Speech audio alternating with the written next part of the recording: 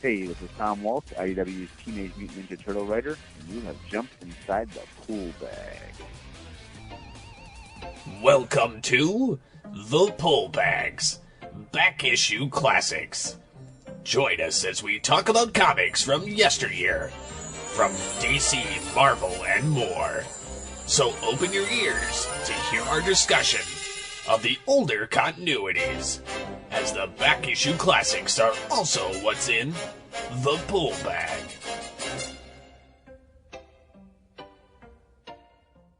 Very well. I have my own mutants.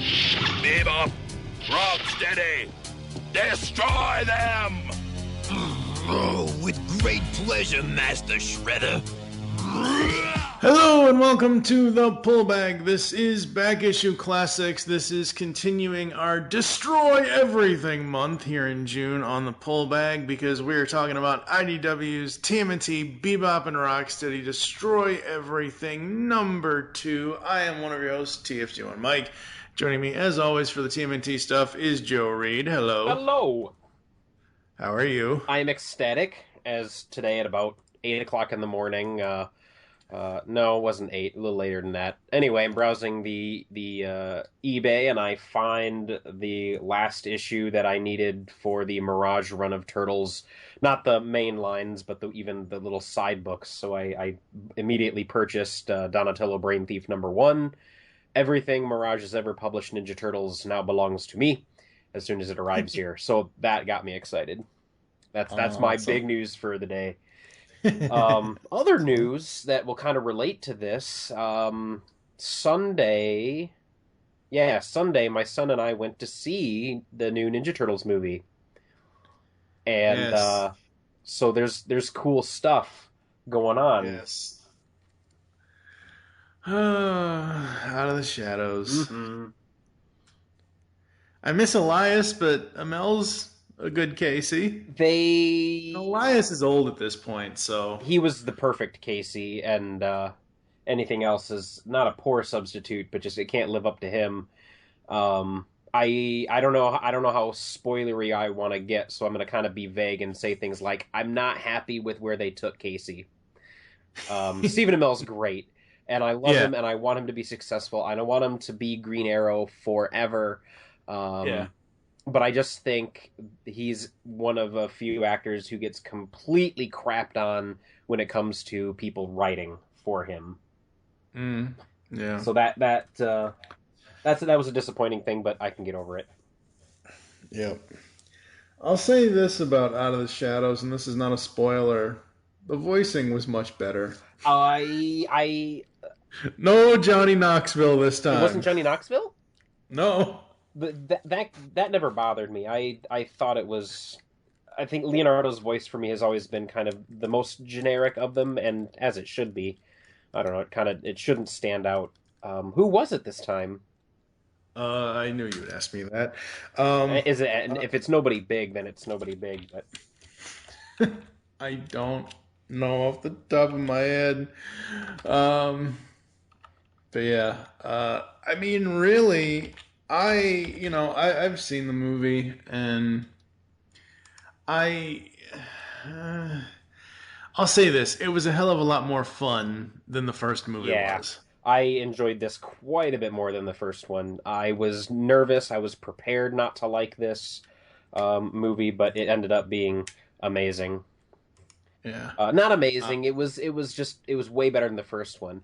And one of the things that I had been concerned about from the beginning was when I knew that the sequel got greenlit, I was hoping that they would take that opportunity to redesign the Turtles, to make them smaller, to make them softer, to get rid of the crap on them. The trailers are coming through, and I'm like, great, they look the same.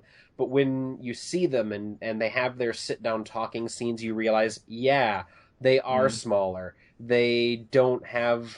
The lips aren't as pronounced. The crap on their shells and everything there's way less of it. Like Leonardo doesn't have that weird bamboo armor across his chest, and that's kind of a motif that went through all 4 of them. So I was more pleased with it. The characterizations were good in the Turtles. It's like it felt like the Turtles this time. All in all, a much better movie.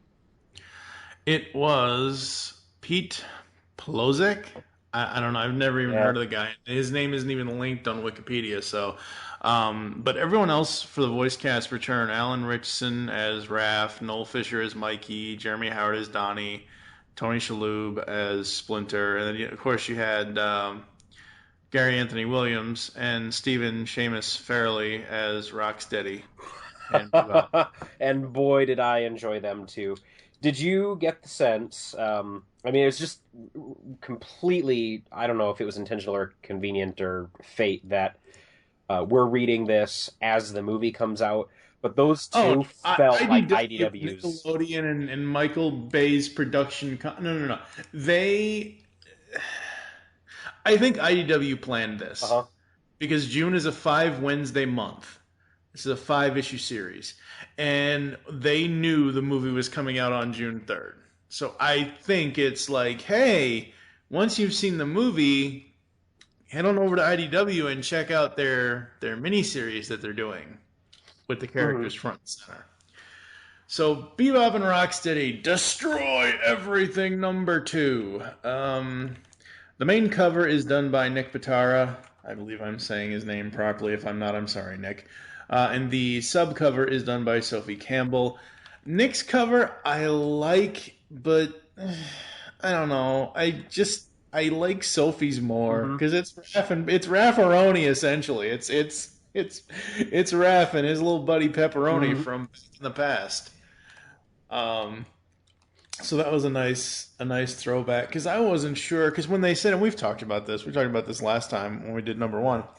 We weren't exactly sure like how the time periods were going to really be unfolding, and I figured that they would have gone to places that the Turtles had already been to in time, since it's a whole Renet thing. But this issue, oh my god, this issue, it's like time travel gives us headaches, folks. Seriously. Yeah, I think this book is gonna be very, very confusing until the very last issue, and I think we're seeing things that we won't understand until later, and even things where they think, or I think they explain it. I think we're gonna find out like, no, that's not what happened. Every time we see the Turtles or Rocksteady or Bebop or somebody travel through time, it's rendered as these tubes, these tunnels, and there are forks and they divide, and you'll see some of the Turtles go down this tunnel and some of them go down that tunnel, and I think like everything is completely mixed up and they're experiencing each other out of order, and it's not going to make sense until we see it all.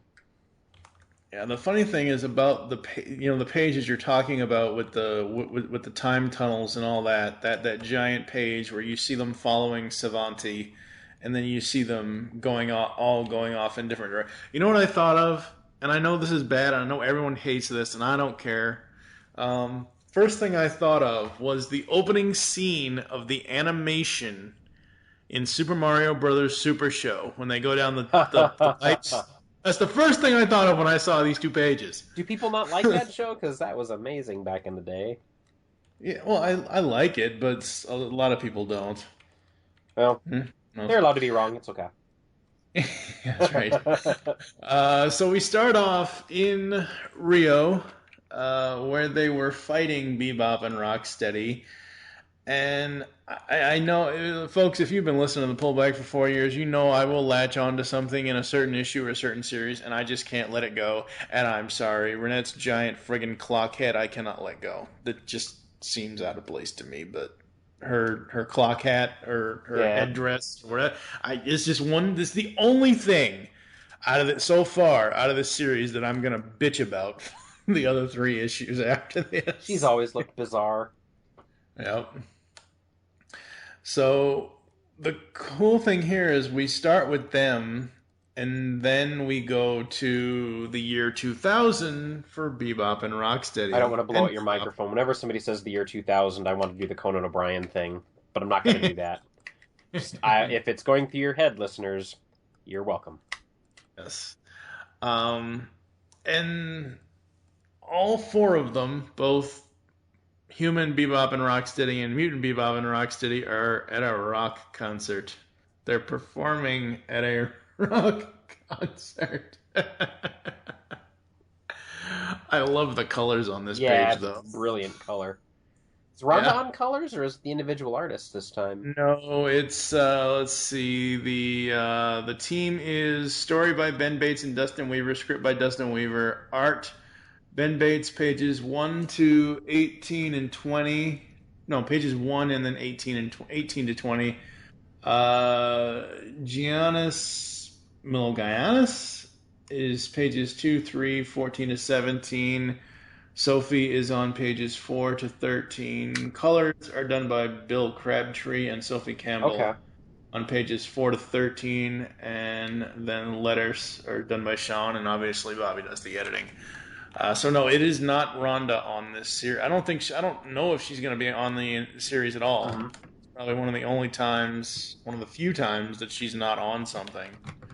But the colors in this giant one-page splash of the rock concert with Bebop and Rocksteady is just amazing.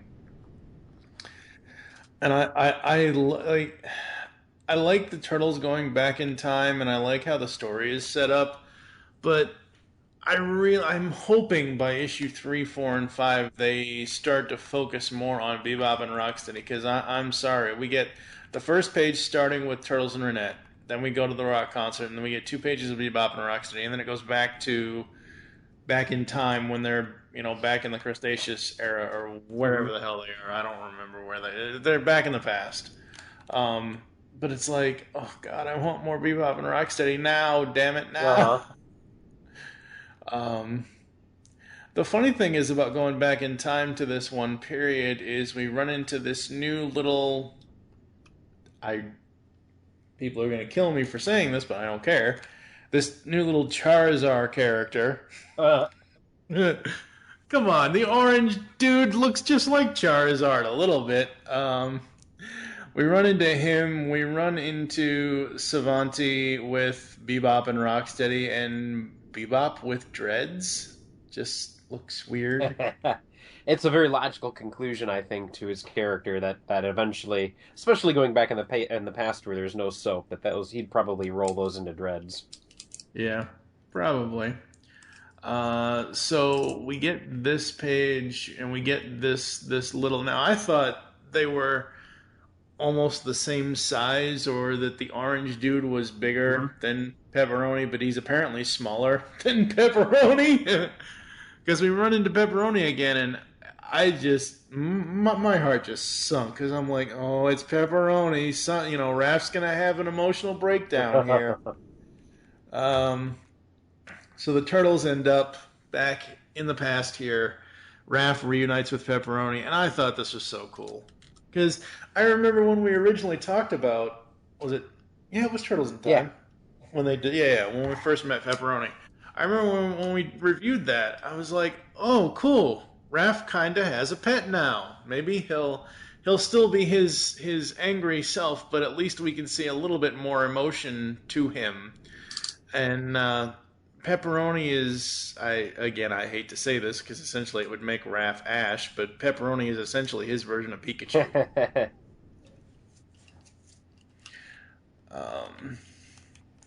So we're in the past here, and a future, a secondary future Renet pops in. Now, what do you think of this design? That's the one that matches the dead Renet in the museum. This is much cooler. I think this is less influenced by the old Mirage comics to a degree. And in fact, there's something almost Jack Kirby-esque about that headgear. So that's kind of a neat, design. New Eternals, what's it called? New Gods, Eternals looking kind of thing. Like if Renet looked like this all the time, I'd be okay with that. Yeah. Yeah, I would be too. So, as we go along here, old Renet shows up to stop Savanti. Sadly, that doesn't really work out for her. Like we all know, as we know. Yes. We then go down the drain pipes to get to the Mushroom Kingdom. And everybody kind of gets separated and moved around, and I was so happy, and then they had Dustin Weaver and Ben Bates. You guys had to go and crush me. Raph and Pepperoni get separated in the tubes. Come on, guys! Come on, that's not fair.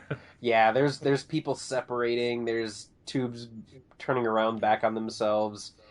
Mm-hmm. It's something's gonna happen. Something is happening in those panels, and we're not gonna know about it till later. Yeah. So what I love about this issue specifically is our present Bebop and Rocksteady, which is the future Bebop and Rocksteady to the Bebop and Rocksteady that's in the past, if that makes any sense. How they're basically remembering all this stuff and telling them, did you guys not watch Back to the Future? Like, seriously? I mean, come on. But I love this because it's that where what Ben and Dustin are doing with this part of the story is they are giving us backstory for the mutants that we know and love before they got mutated. And they're showing it in a way that I think is really cool, basically saying, hey, yeah, that already happened to us. We'll move past it because we're still buds now and all this and all that. So, what did you think of the Bebop and Rocksteady pages here? Well, it's interesting to note that the purple car that young Bebop has purchased and has been restoring is the Foot Cruiser toy from the old Playmates line. I thought that was kind of a neat thing. And there's I'm gonna put a big gun turret on the back. Like, yeah, it had a big gun turret on the back. Yeah. So that was neat. Have we seen the car yet in the tunnels? Has it showed up there in the previous tunnels? Because no, this is the first time I'm seeing the. No. This is the first time we see the car. Yeah, I thought I was double checking them rolling up there, see if they teased it, like it was going back the other direction or something. Because no, what they do is it comes later as these pages progress, where they basically flashpoint it. They basically have a time double, like you've seen Flash season 2, right? Yep, just finished it the other day. Okay, good. So yeah, there ends up being two versions of the cars, two versions of those characters, and one goes off and the other one goes off, and now it's showing them in the time tunnel, kind of doing weird, silly things. Because didn't they point the? Yeah, because you run into two versions of them, two separate. Yeah, back to 2016. Yeah, there's two cars with four mutants. There's two Bebops, two Rocksteadies that are mutants, not just the humans. And the two Bebops end up basically playing, fencing lessons with each other with with their scepters, and then this is what creates the switch there. And shit just explodes, folks. It's the best way I could put it is shit just explodes. Because the point of this, and we're spoiling stuff, but I'm not trying to spoil everything, but it's one of those things where part of the story is Renet tells the Turtles that it's not just time, it's other dimensions, it's transdimensional energy, it's this, it's that, and like we said last episode, these turtles can be, who that Renet saw and you guys are who I saw, but I haven't met you guys before. It's this whole, like I said, time travel gives people headaches, folks. So we got one of the cars coming out of the time thing, and to the point where we have our Renet and the Turtles, the ones that we know. And the car, I think, crashes and goes boom. So this happened to the Bebop and Rocksteady that we know. Well, no, when they were in the tunnel, yeah, it'd have to be, because if the car gets wrecked, it can't go back in time and be next to the other one. So this is a Bebop and Rocksteady that have seen stuff that we haven't seen yet. Right. And what I love is earlier in the issue, Renet has this weird saying, "Gosharoonies," and it ends on Raph, of all people, saying "Gosharoonies." I love where this series is going because I don't know where it's No. going. And this car wreck here between the 8 Bebops and Yeah. Rocksteadies, there are people who are pinned under the car, trapped, people who are looking unconscious, and they're all swapping out with each other. Yep. And actually, now that I'm looking very closely, there's 2 mutant Bebops and 2 mutant Rocksteadies, and there's there's 6 of them in that car now, going back into the time tunnel. Oh man.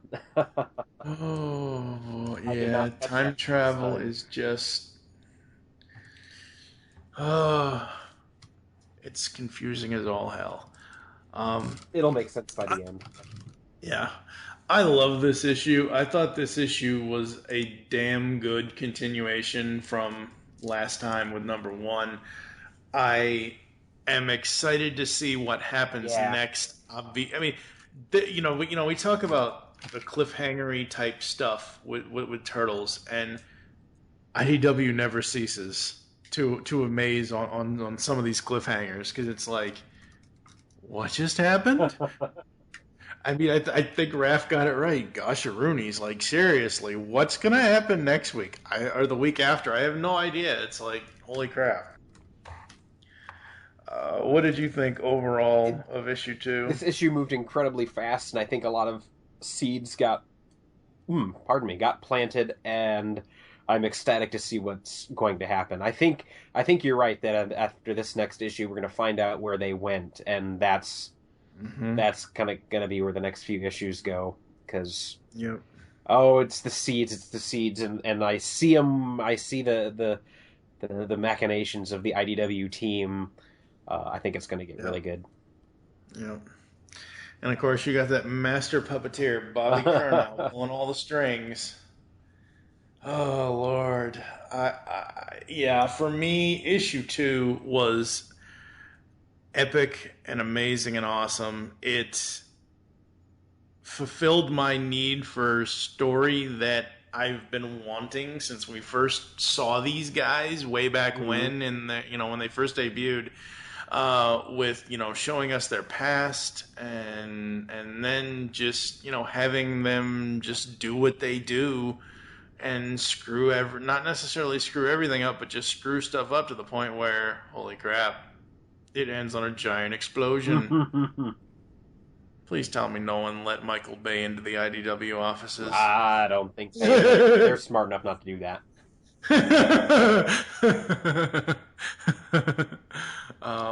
But yeah, I mean, so far 2 issues in, there's nothing outside of the clock thing with Renet's design, but that's nitpicking, I know.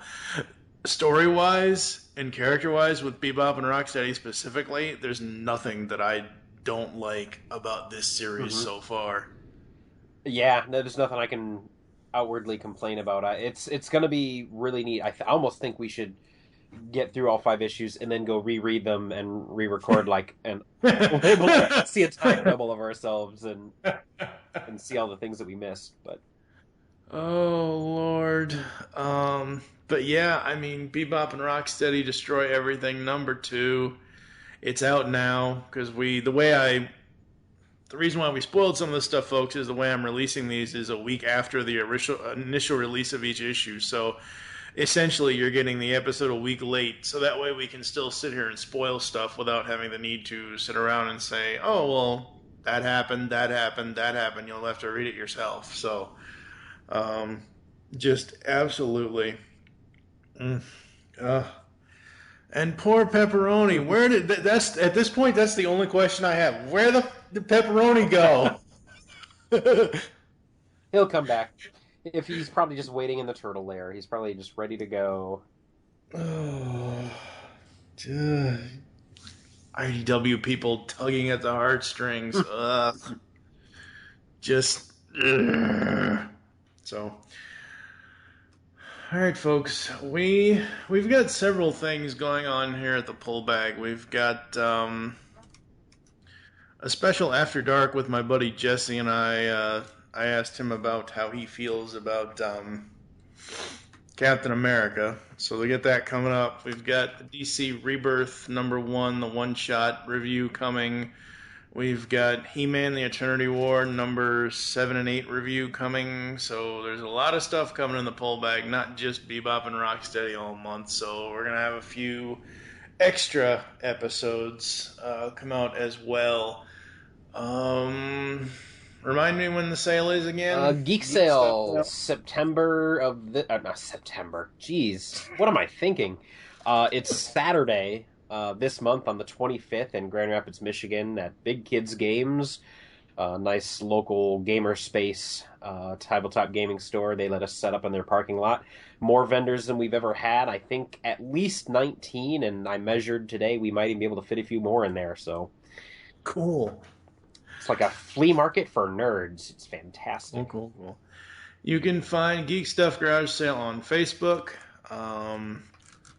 Interact with them over there. I am at TFG and Mike on Twitter. You can follow at GeekCast Radio or at The Pullbag on Twitter as well. And yeah, so we got Turtles, He-Man, and DC's universes realigning here inside the Pullbag. So that's coming up. And next time around, Bebop and Rocksteady Destroy Everything #3, so who knows what the heck they're going to be doing then. Make your great escape into comics, and we will catch you next time. Oh, we was just starting to have fun.